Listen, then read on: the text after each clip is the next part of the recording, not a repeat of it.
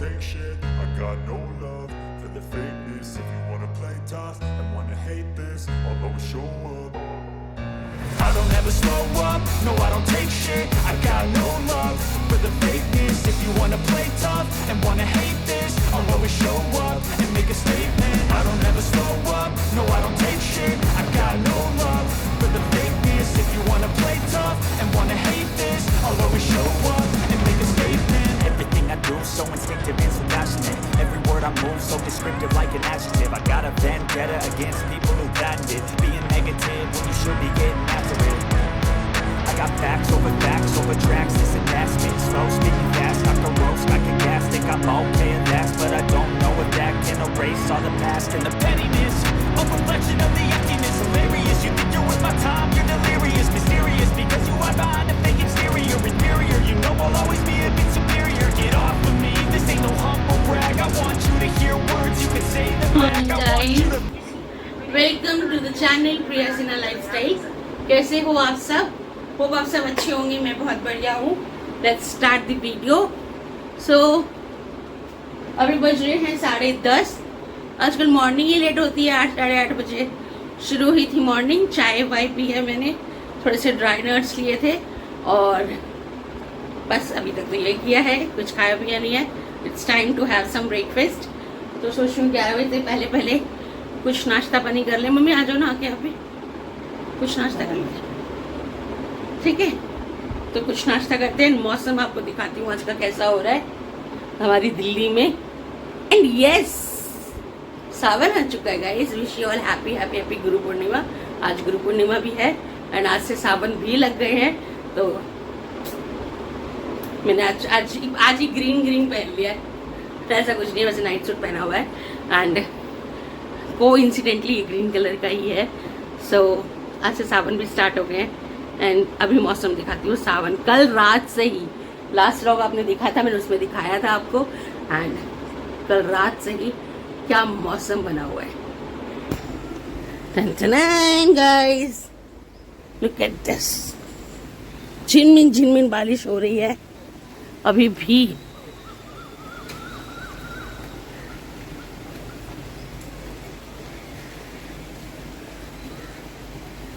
मेरा कैमरा इस time justice शायद नहीं कर पा रहा, लेकिन हाँ, सावन आने से प्लांट्स देखो कितने अच्छे हो गए हैं, हरे भरे हो गए हैं, बहुत सुंदर हो गए हैं।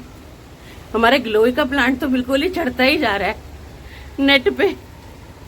एंड लुक एट दिस, कितने सुंदर हैं। और बारिश ना रिमझिम बारिश स्टिल अभी हो रही है। सो हमने आगाज कर दिया है सावन का। सावन आ चुका है एंड मैं सोच रही हूँ क्यों ना आज कुछ सावन में ग्रीन चूड़ी पहन ली जाए, क्योंकि सावन में ग्रीन हरी चूड़ियाँ हर कोई पहनता है। और मैं ना नई चूड़ियाँ हरी वाली तब पहनती हूँ जब तीज आती है। तो सावन की जब तीज आएगी उसमें तो हम नई हरी चूड़ियाँ पहनेंगे, बट फिलहाल मेरे पास बहुत सारी हरी चूड़ियाँ ऑलरेडी रखी हुई भी है, तो कुछ वो पहन लेते हैं। चलो। सो ये रही, बट ये पता क्या, ये ना बहुत वो है चमकीली सी। And I like plain green चूड़ियाँ। तो फिलहाल अभी यही पहन लेते हैं। मंडेली आती है चूड़ी जिस तरीके की मुझे पसंद है। फिलहाल अभी यही पहन लेते हैं। तो 2 3 4 5 6 7 8 9 10 11 12 पूरी 12 चूड़ियाँ है गाइस। एंड ये बीच में गाड़ा डाल देंगे, पहन लेते हैं ना। सावन आया है और अब ऑफिस भी नहीं जाना, घर पे रहना है, तो क्यों ना पहन के रहो। क्या कहते हो, है ना? तो पहन लेते हैं थोड़ी सी हेयर। ये देखो ना क्या होने लग गया है, ये देखो। Let's wear it.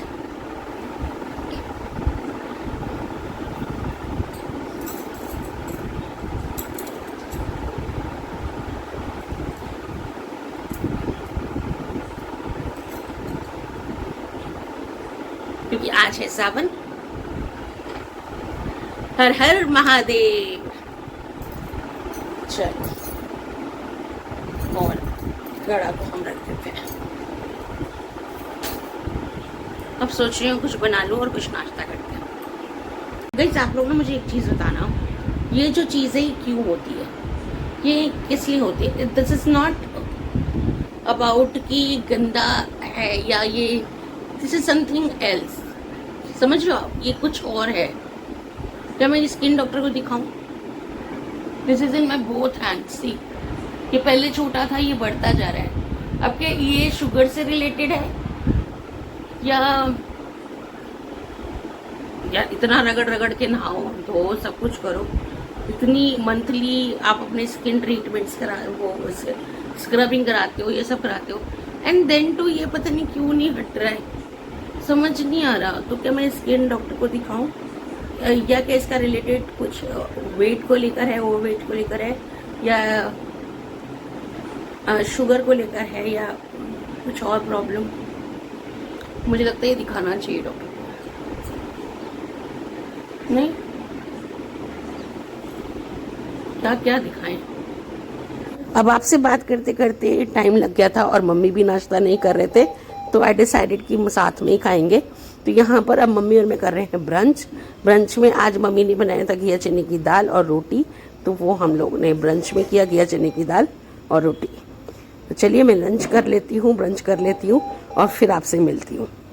Hello guys, welcome back. So अभी टाइम हो रहा है शाम के 4:30 और दीबू स्कूल से आ गई थी तो अभी सोए पड़ी है। दीबू उठ जा, चलो फटाफट उठो, चलो अब। और यहाँ मेरी सासू माँ कह रही है कि पोहा बना लो, तो चलो पहले पोहा बना लेते हैं और चाय बनाते हैं और मम्मी को खिलाते हैं। चलो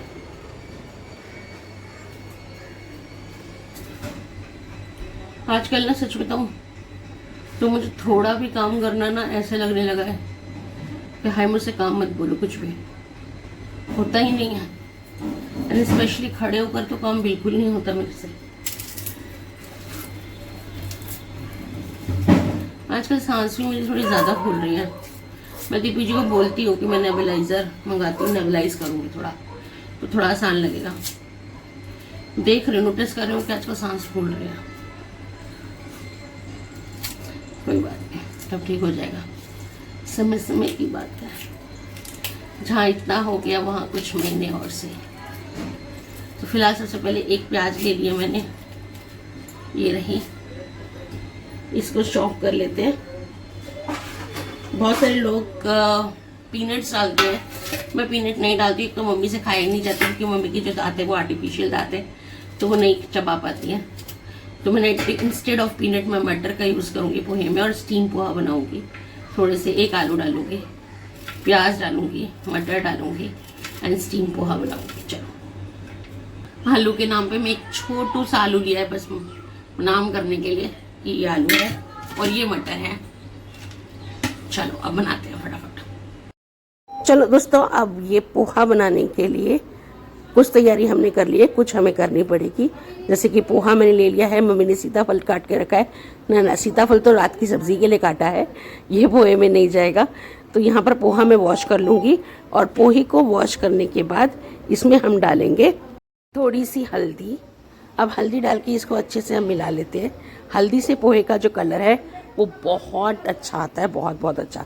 और इसको 10 मिनट के लिए छोड़ते हैं, तब तक अपनी कढ़ाई चढ़ा लेते हैं और पोहे को स्टीम करने की तैयारी करते हैं।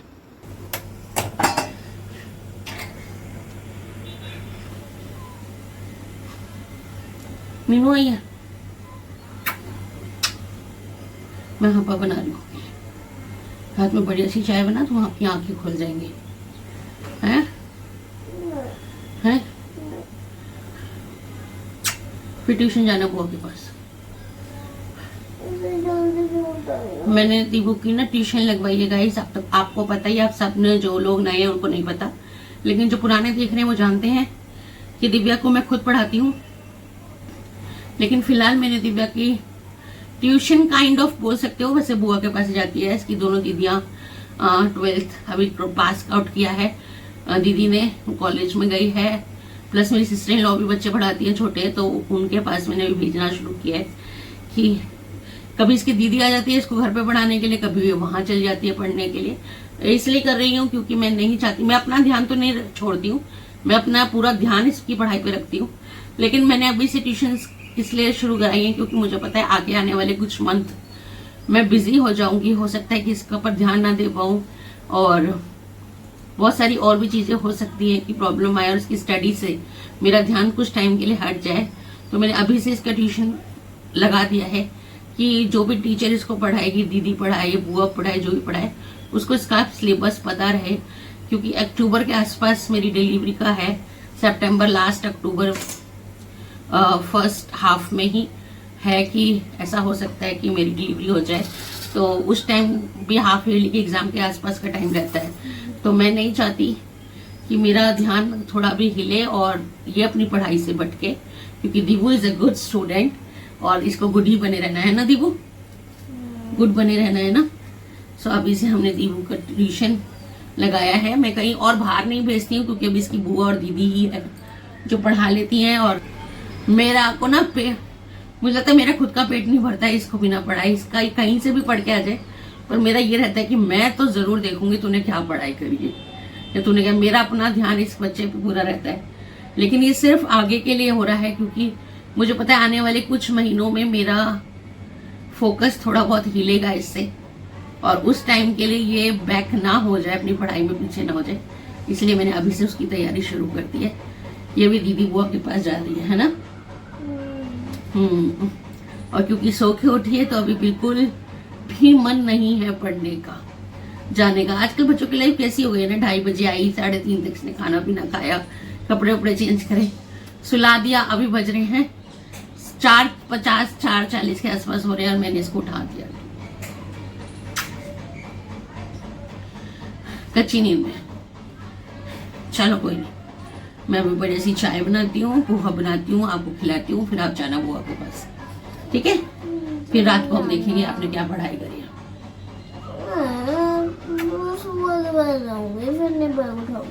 अच्छा ठीक है, जाओ। चलो चलो चलो, चोटी बनवा लो, एक बार अच्छी नहीं लग रही आपकी। दादी से बोलो, दादी मेरी चोटी बना दो।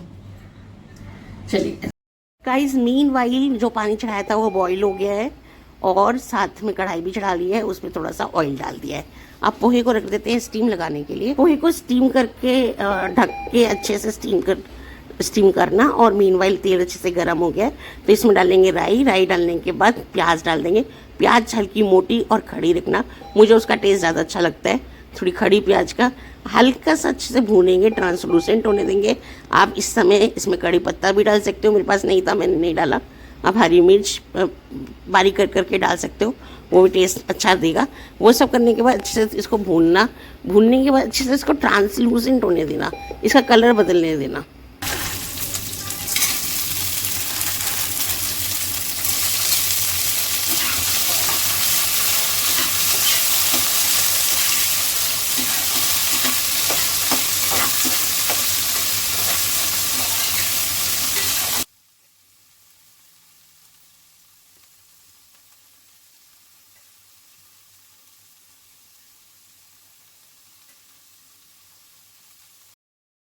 अब जैसे कि आपने देखा इसमें मैंने मटर और आलू भी डाल दिए हैं, तो इसको अच्छे से भून लेंगे।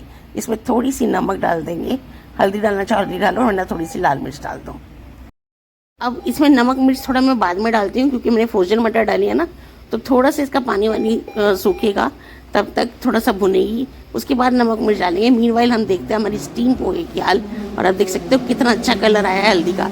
जब अच्छे से स्टीम होता है ना पोहा, तो उसमें हल्दी का कलर बहुत अच्छा आता है। और कभी भी आप बना के देखना, आपको नोटिस करना ये चीज़ कि बहुत अच्छा कलर चढ़ता है स्टीम पोहे में हल्दी का, तभी समझना कि आपके पोहे अच्छे से स्टीम हो गए हैं। चलिए जी, मीनवाइल देख लेते हैं यहाँ पे प्याज टमाटर को, जिन्हें हमने भुना था, और आप देख सकते हो कितने अच्छे से भुन गए हैं। लगभग 40% to 50% ये कुक हो गए हैं यहीं पर। अब इसके अंदर हम डाल देते हैं नमक और हल्की सी लाल मिर्च।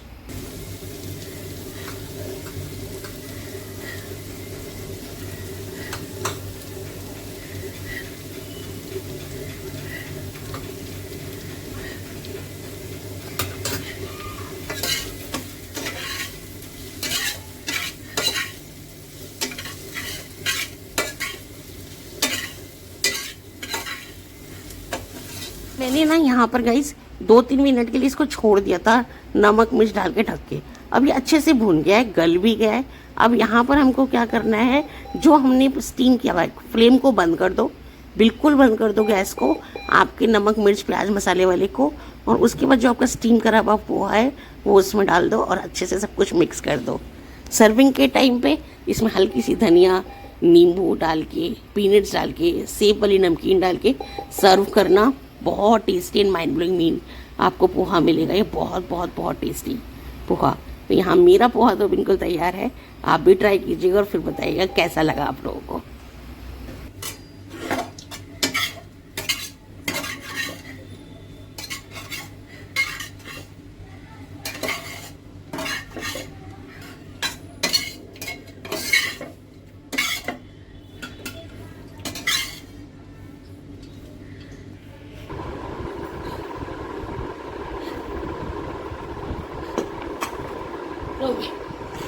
अरे अब दांत लगाने वाले थे तो मैं वो भी डाल देती, मूंगफली के दाने तो खाओ। चल रही मम्मी, सही है।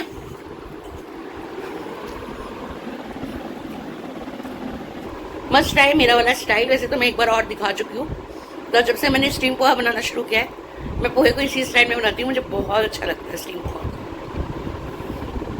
आप इसके ऊपर ना सेब वाली जो नमकीन आती है ना वो भी डाल सकते हो तो बहुत अच्छी होगी। लेमन स्क्वीज करके डाल दो, वो भी बहुत टेस्टी लगता है। वो कहते हैं ना व्लॉग की शुरुआत तो बहुत अच्छे से हुई थी, सोचा था कितने अच्छे स्वीट सा व्लॉग डालूंगी, पर नेक्स्ट डे जाना पड़ा हॉस्पिटल। जैसे कि बताया था हॉस्पिटल जाना था और बहुत मन उदास था। अब पूरे वीडियो में जो अपने टो टो पी पी पी की आवाज़ सुनी दी है ना, आपको पता है ये व्लॉग मैंने हॉस्पिटल से वॉइस ओवर किया है। मैं एडमिट हो गई थी हॉस्पिटल में। एक्चुअली बहुत हाई रिस्क केस है। मेरी जो डॉक्टर है जहाँ मैंने फिर दिखाया है, जहाँ का मुझे रिकमेंड किया गया था, उन्होंने कहा कि इट्स लाइफ थ्रेटनिंग प्रेगनेंसी। तो उस टाइम पे ये बोल के हमें अभी एडमिट कर लिया है and now I am in the hospital guys. I know कि व्लॉग स्टार्ट कुछ और हुआ था, पर जब हम शुरू करते हैं ना दिन को, हमें भी नहीं पता कि वो पूरा दिन आगे जाके कैसे बीतने वाला है ना, या उसका क्या होने वाला है। घर से तो भी मन उदास था मेरा कि पता नहीं है हॉस्पिटल का चक्कर कब ख़त्म होगा। ये सोच ही रही थी कि जैसे ही हॉस्पिटल पहुंची तो वहाँ डॉक्टर ने बोला कि नहीं ये हाई रिस्क प्रेगनेंसी है, हम एडमिट करेंगे, सारा डायग्नोस करेंगे, फिर से सब कुछ होगा और फिर देखेंगे इस प्रेगनेंसी को हम कहाँ तक ले जा सकते हैं। सो गाइस परेशान मत होना, सब कुछ ठीक है। यहाँ पर मुझे बस इसीलिए रखा गया है to monitor continuously my BP, my sugar and my oxygen level पे कितना सर्वाइव कर पा रही हूँ। सिर्फ इस चीज़ को लेकर ये मॉनिटर करने के लिए 3 to 4 day 5 days ये मुझे रखेंगे एंड कुछ फर्दर टेस्ट एंड एवरीथिंग, जिसके बाद ये मेरे केस को अच्छे से हैंडल कर पाएंगे। इसीलिए ये मेरी पहली प्रेगनेंसी में भी हो चुका है। सो डोंट वरी, सब ठीक है, हम जल्दी मिलेंगे और जल्दी मैं दोबारा आपके पास आऊँगी। तब तक आप प्रे कीजिएगा। Bye bye.